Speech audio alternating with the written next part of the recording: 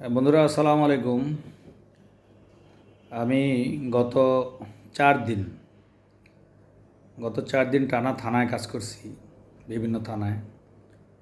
তো একটা ঘটনা থানার খুব মর্মান্তিক আমার কাছে মনে হয়েছে, খুবই বেদনাদায়ক।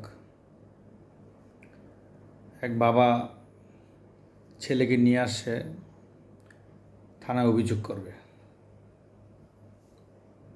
তো ঘটনাটা ছিল, বাবা ছেলের চাকরির জন্য এক লোককে 4 লক্ষ টাকা দিছিল।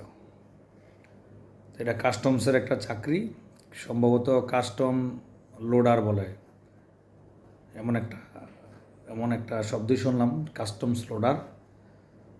তো ওই ভদ্রলোককে 4 লক্ষ টাকা দিছে, সে চাকরি দিবে ভালো বেতনে।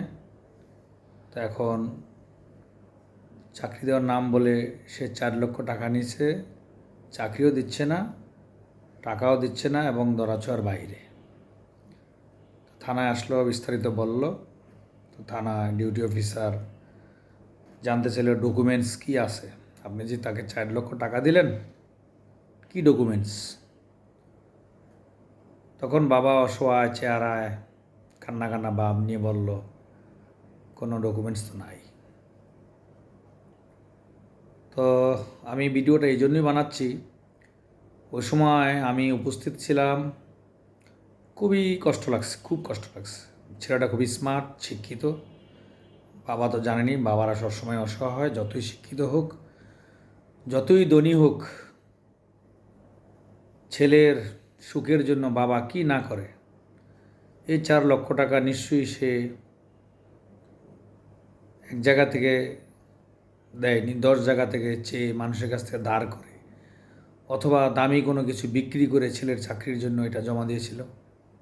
কিন্তু আফসোস, প্রমাণ না থাকার কারণে সে থানা থেকে কোনো সহযোগিতা পায়নি। তো আমি এই মেসেজটা দিতে চাচ্ছি এজন্য, আমরা আমাদের দৈনন্দিন জীবনে বিভিন্ন প্রয়োজনে চেনামুখ মনে করে কোনো ডকুমেন্টস নিতে চাই না। 10, 20, 50 হাজার, 1 লাখ, 10 লাখ, 5 লাখ লেনদেন করি, তো মনে করি হয়ে যাবে, দিয়ে দিবে, কাজ হয়ে যাবে, সমস্যা নাই, বিশ্বাস করি। আসলে বিশ্বাস তো আছে, কিন্তু একেবারেই বিশ্বাস কিন্তু নাই। আংশিক বিশ্বাসের উপরে আমরা বেঁচে আছি, যে বিশ্বাসটুকু করলেই বিপদ। তো আমরা আসলে ডকুমেন্ট ছাড়া কোনো কাজ করব না।